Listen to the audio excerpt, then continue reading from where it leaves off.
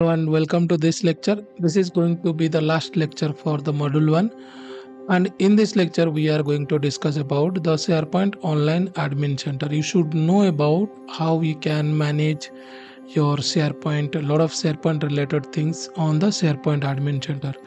If you are working with SharePoint on-premises version, then SharePoint Central Admin is the place how in the on-premises you will get to do a lot of things on that. So it's the same thing, but in this case it will be for the SharePoint online environment. Now before going to that, let me just tell you a couple of things. So how you can access it. Now first of all, you require SharePoint administrator role for it. If you are a global administrator, then of course you can access it because that will have already the SharePoint administrator privileges. Else, if let's say there is a user, if I'll give them the SharePoint administrator role as I explained in the last video, so the user will be able to access this page. So now how this page will be: your tenant name -admin.sharepoint.com. Remember this, your tenant name -admin.sharepoint.com. You can see here, this is my tenant. You can see here TS Info Technologies. It's my tenant name -admin.sharepoint.com. Right, so this is the URL, and if you are clicking or going to this URL and it is saying that you don't have access, that means you are not a SharePoint administrator. So either you can request for it so that your global administrator or who will having the permission, they will give you that, else you will not be able to access this page, because this is the one at least permission required is SharePoint administrator role. And also just remember one thing here, and once you will go there you will understand it. Since we are talking about the global administrator and SharePoint administrator, of course in the SharePoint Online Admin Center you will be able to create site, you will be able to see all the sites. But even if you are a global administrator or SharePoint administrator, you will not have access to all the sites. So but in the SharePoint administrator, you can add yourself as a member or a owner from the SharePoint Online Admin Center. I'll show you that thing. So point is, even if you are a global administrator, you can access the SharePoint Admin Center, but that doesn't mean any site you can access. You cannot do that. So understand this. If you add yourself into that site, then only you can do it, else you cannot do it. Now let me go to the admin center. You can see here, this is your admin center page. Once you will come here, I'll just refresh it once and show you. Once you will refresh, here is the page you can see. Now on this page you see a lot of options in the left navigation, home, sites, your active sites or deleted sites, and then you can see here container things, policies, settings, content service, migration reports, some advanced features, more features, and then you see your advanced management. This is the SharePoint Pro feature, we'll discuss later. And then customize the navigation for if you want to just customize, click here. You can select all the option which you want. You don't want to show it, so you can just uncheck and it will be gone from there. So that's the only thing. And then you can see here, this is the home page, and here you can search about the site. Then you can see OneDrive file activity on this. You can click on this, you can see more on the report side. Now this is quite important. You can see here the message center. As a SharePoint owner, SharePoint administrator, or as a person who is responsible for managing the SharePoint environment for your organization, you can see here there are few things which will be new, things which are coming, it will give you. So whatever the releases, all these things related to SharePoint, you can see it here. Now for example, in the SharePoint, new content page for pages and news are there, right? So you can click on it, you will be able to see the detail about it. There are certain things where you can click and see this thing, and then it will tell you exactly what it is, when it is going to release. So you can see, you will get an idea about what are the new things which are coming.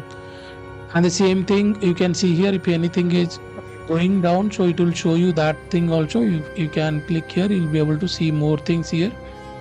So it is navigating to the admin center page. So here basically you can see this on a high level. You will be able to see what are the new changes are there happening on the SharePoint in the SharePoint world. And then you can see here certain things here. You can sensitivity labels, so these are which you can create, you can assign, so that thing will be here. Service health, you will be able to see it here, like whether you're any problem in the SharePoint environment, those things you can see here. Like these are few things. Here is the SharePoint site usage, you can see your activities. So you can click on see what are the inactive sites and stuff like that. And then SharePoint files, how many files you are working with, viewed, edited, synced, so all these things you can see it here. And the storage, you can see here 49% storage has been used on this, you can see.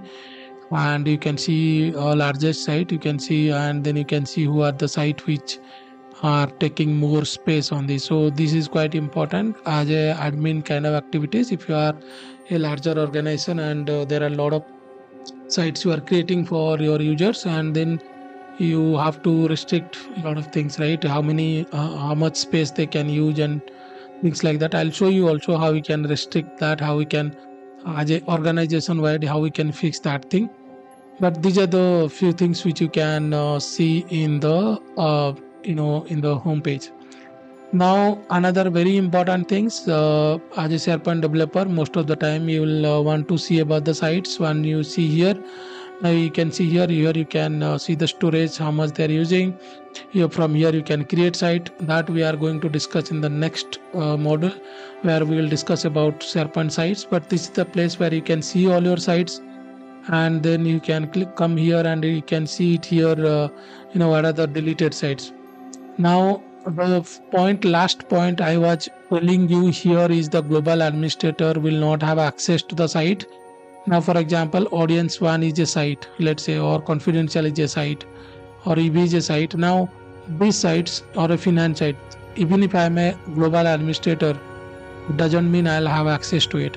But I can select this and I can share this, I can check the membership, I can add myself into that. So once you will add, I can access it. Even if I as a global administrator or a SharePoint administrator, I will not be able to access all the sites. Don't assume that I'm a global administrator or SharePoint administrator and I'll have access to all the sites, whichever I can see it here. Container things, that is when we are working with Graph API, so those things you can use it here. The policies, you can see, if you go to the sharing, you can see like if you want to share with anyone, or new as an existing guest users, existing guest. So these things you can do it here. We will talk about how we can give access to the external users. Those time we will commit and will come and do some settings here. And then you can see here, same way you can decide for file and folder links, who can view, and these things you can see it here. Like these are all the settings which are for external users. So when you will check about external sharing, we'll be able to see it here. Like for example, just on a high level, if there is a library which you want to share with your external users, first you have to enable it here, and then only once you enable it at the admin center, then you can do that at the site level. So that's how you can do it here. Same access control, and then settings. So here a few options are there on this. You can set a home page. If you want mobile notifications, you can enable or disable it from here. You can click on this and you can decide whether all my users can create new pages, modern pages or not. If I want to enable commenting feature or not. If I'll just uncheck this option, that means in your organization no one can create modern pages and no one can be able to comment on the modern pages. So these are the things which you can do it here. Same way site creation, here are a few things that you can do it here. User can create SharePoint sites. If you unselect this, people will not be able to. Even in PNP PowerShell or REST API, anything. And then you can see here create team site under which. So if you want to create under sites or teams, so the URL will become like this, like your tenant name.sharepoint.com/sites, let's say /HR, right? So if I will say teams, then my site will become this one /teams/HR. So like this. So by default it will be sites, let it be, and then you can set the default time zone, and then You can see here by default the storage quota is 250, but for our tenant I made it around 25 GB. That means when you will create a new site, that time by default it will show you 25 GB. Of course you can change it over there also. So you can see these options. These are very useful options which you can control from the admin center, so that individually you do not need to track. And then storage limit, you can see if you want to make it automatic or manual. So if you say automatic, it will be managed by itself, and if it is manual, then of course while creating you will have to decide that. And then you can see there are certain options for OneDrive as well. So these are the few things which you can do it over here. Look at here some of the classic settings page. So if you click on this, then you will see some of the options which are there in the classic SharePoint site, or there are few things which you can see at the classic level. So you can see here these things will be applicable for your classic SharePoint site. So if you want to see here site collection, storage management, automatic or manual, this will be when you will create a classic SharePoint site, that time it will be there. Then you see some other things like OneDrive for business, admin center experience, advanced or simple, like this. Few things which you can do, like here you see site creation, so those create site command or not, so subsite. So these are all you can see here custom script, allow user to run custom script. So if you have these options, then you will be able to add script editor web parts or content editor web parts in a SharePoint classic site. So if you disable this, then it will not allow you will not able to see the script editor or content editor web parts in the site. So these are few things which in case you require for the for the classic sites, you can come to the settings and you can go to the classic settings page. And then you can see here some options for migrate. So we can see here, and then we'll see on the migration things. And then report, you can see some of this reporting things, sharing those reports. You can able to see sensitivity levels, so you can apply to files and you will be able to see a report on this. Then advanced, so these are API things that you will be able to see here. More features, you can see some of the features here. Like these are few things which you required when you are working with the classic things as well. Like for example, info path. If you're still working on info path, when you will click on that, you will be able to see some of the settings that you can do. Of course, now info path, if you are using modern sites, then you should go for power apps and stuff. But in case if still you are using info path in a classic site, so you can see here, if you uncheck, you will check this, then it will allow user to submit the info path forms in the browser itself. So these are the few things which you can check it. The classic things also, BCS you can see here.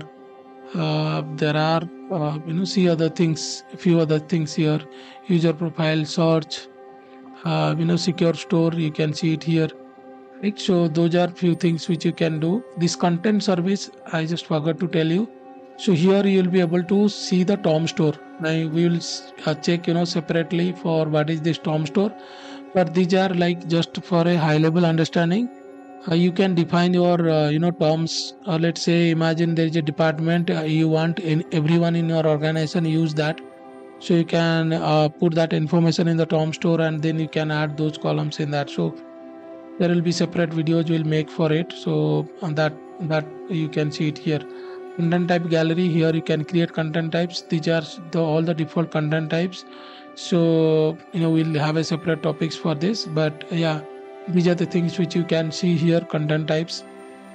And you can create content type from here. So you can create a name, description, you choose the parent content type, and then the category, you can see parent content type you can choose. So those things you can do it here. So this is about the SharePoint admin center. Mostly anyway you require to create sites and stuff, so you will have this is the page where you are going to open a lot of times. So in the next video we are going to discuss about our second module, and that time we will discuss about sites, subsites and all these things. Okay, so this is the last chapter on this, and if any new things will come or something like that, I'll put those videos on this as well. Okay, so I'll see you in the next module.